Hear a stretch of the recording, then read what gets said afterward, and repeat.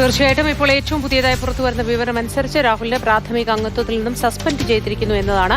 MLA സ്ഥാനത്ത് തുടരുകയും ചെയ്യും.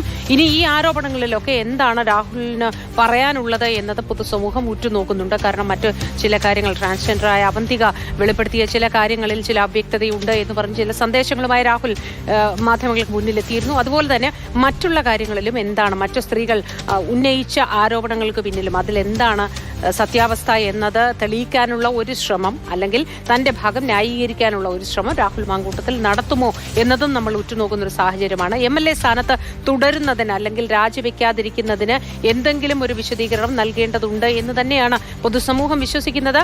മുതിർന്ന നേതാക്കളടക്കമുള്ളവർ ഇക്കാര്യത്തിൽ ഒരു വിശദീകരണം നൽകേണ്ടതുമുണ്ട്, അല്ലേ അമൽ? ഈ വിഷയവുമായി ബന്ധപ്പെട്ട് രാഹുലിന്റെ രാജി ആവശ്യം സംബന്ധിച്ച വിഷയത്തിൽ പ്രതികരണങ്ങൾ പലതും വന്നിരുന്നു. എന്തുകൊണ്ട് രാഹുൽ രാജിവെക്കണം എന്ന കാര്യത്തിൽ നേതാക്കൾ കൃത്യമായി തന്നെ നിലപാട് പറയുകയും ചെയ്തതാണ്. ഇന്നലെ രാവിലെ മുതൽ പല നേതാക്കളുടെയും, രമേശ് ചെന്നിത്തല, അതോടൊപ്പം തന്നെ VM സുധീരൻ തുടങ്ങിയ നേതാക്കൾ പരസ്യ പ്രതികരണത്തിന് തയ്യാറായില്ല എങ്കിലും അവരവരുടെ നിലപാട് ദേശീയ നേതൃത്വത്തെ അറിയിച്ചു. വനിതാ നേതാക്കൾ ഒന്നടങ്കം പ്രധാനപ്പെട്ട വനിതാ നേതാക്കളെല്ലാം രംഗത്തെത്തി എന്തുകൊണ്ട് രാഹുൽ രാജിവെക്കണം എന്ന കാര്യം കൃത്യമായി എണ്ണി പറഞ്ഞിരുന്നു. പക്ഷേ ആ സാഹചര്യമെല്ലാം വൈകുന്നേരത്തോടെ ആകുമ്പോഴേക്കും മാറുന്ന ഒരു സ്ഥിതിയാണ് ഉണ്ടായത്. രാഹുലിന്റെ മാധ്യമങ്ങളോടുള്ള പ്രതികരണം ഉണ്ടായിരുന്നു. ഒരു ഓഡിയോ സന്ദേശം പുറത്തുവിടുന്നു. അതിൽ തനിക്കെതിരെ ഉയർന്ന ഒരു വിഷയത്തിൽ തന്റെ ഭാഗത്ത് പ്രശ്നങ്ങളില്ല എന്ന് ഒരു പരിധിവരെയെങ്കിലും പറഞ്ഞു നിൽക്കാൻ രാഹുലിനായി. എന്തായാലും അതിനുശേഷം മറ്റു വിഷയങ്ങൾ കൂടി തനിക്ക് വിശദീകരണം നൽകാൻ ഒരു സാഹചര്യം ഒരുക്കണം എന്നുള്ളതായിരുന്നു രാഹുലിന്റെ ആവശ്യം. നിലവിലത്തെ അവസ്ഥയിൽ രാഹുൽ രാജിവെച്ചാൽ ഉണ്ടാകുന്ന പ്രതിസന്ധിയും നേതൃത്വത്തെ ബോധ്യപ്പെടുത്താൻ രാഹുലിന് കഴിഞ്ഞിട്ടുണ്ട് എന്നുള്ളതാണ് മനസ്സിലാക്കാൻ കഴിയുന്നത്. അങ്ങനെ അടിയന്തരമായൊരു നടപടിയിലേക്ക് പോകേണ്ടതില്ല എന്നുള്ളതാണ് ഇപ്പോൾ നേതൃത്വം തീരുമാനിച്ചിരിക്കുന്നത്. MLA ആയി രാഹുൽ തുടരും. ഇനിയിപ്പോൾ മറ്റെന്തെങ്കിലും തരത്തിലുള്ള നടപടിയിലേക്ക് പോകണമെങ്കിൽ തന്നെ നേതൃത്വത്തിന്റെ കൂട്ടായ ആലോചനയിലൂടെ മാത്രമേ കഴിയൂ എന്നുള്ളതാണ് ഇപ്പോൾ KPCC അധ്യക്ഷനടക്കം വ്യക്തമാക്കുന്നത്. നിലവിൽ ഭൂരിഭാഗം നേതാക്കളുമായും KPCC അധ്യക്ഷൻ സംസാരിച്ചിരുന്നു. ആ സംസാരത്തിനൊടുവിൽ ഒരു പൊതു തീരുമാനത്തിലേക്ക് എത്തുന്നത് ഇനിയിപ്പോൾ രാഹുലിന്റെ രാജി വേഗത്തിൽ തിടുക്കപ്പെട്ടൊരു രാജി ഉണ്ടായിട്ടുണ്ടെങ്കിൽ അത് നേതാക്കൾക്കിടയിലുള്ള അഭിപ്രായ ഭിന്നതയിലേക്ക് പോകും എന്ന് കണ്ടുകൊണ്ടാണ് എന്തായാലും നിലവിൽ സസ്പെൻഷൻ എന്നുള്ള തീരുമാനത്തിലേക്ക് മാത്രം നേതൃത്വം എത്തുന്നത്.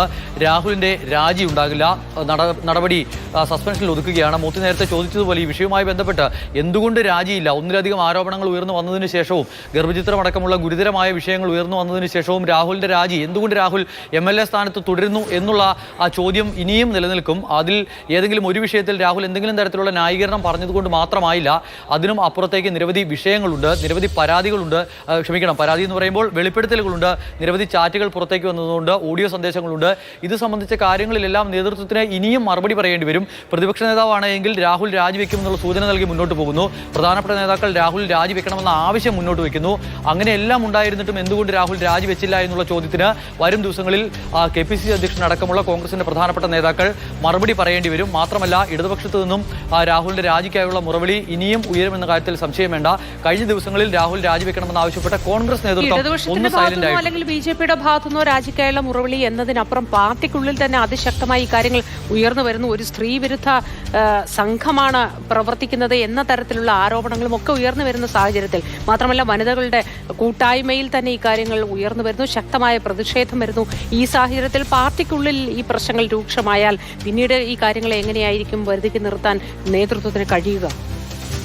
പാർട്ടിയിൽ നിന്നും ഉയരുന്ന ഈ പറയുന്ന രാജി എന്ന മുറവിളി ഇന്നലെ വൈകുന്നേരത്തോടു കൂടി ഒന്ന് തണുപ്പിക്കാൻ കഴിഞ്ഞിട്ടുണ്ട് എന്ന കാര്യത്തിൽ സംശയം വേണ്ട. ഏറ്റവും ഒടുവിൽ ബിന്ദു കൃഷ്ണയുടെയൊക്കെ പ്രതികരണം വന്നതിന് ശേഷം മാതൃഭൂമിയോടൊക്കെയാണ് പ്രതികരിച്ചത്. അതിനുശേഷം പിന്നീട് അങ്ങോട്ട് പരസ്യ പ്രതികരണങ്ങൾ കാണുന്നില്ല. മാത്രമല്ല, ഇന്ന് രാവിലത്തെ നേതാക്കളുടെ പ്രതികരണങ്ങൾ അല്പം കൂടി ഒന്ന് മയപ്പെടുന്നുണ്ട്. ദീപ്തി മേരി വർഗീസൊക്കെ പരാതിയുള്ള ആളുകളാണെങ്കിൽ പോലീസിനെ സമീപിക്കട്ടെ എന്നുള്ള നിലപാട് സ്വീകരിക്കുന്നു.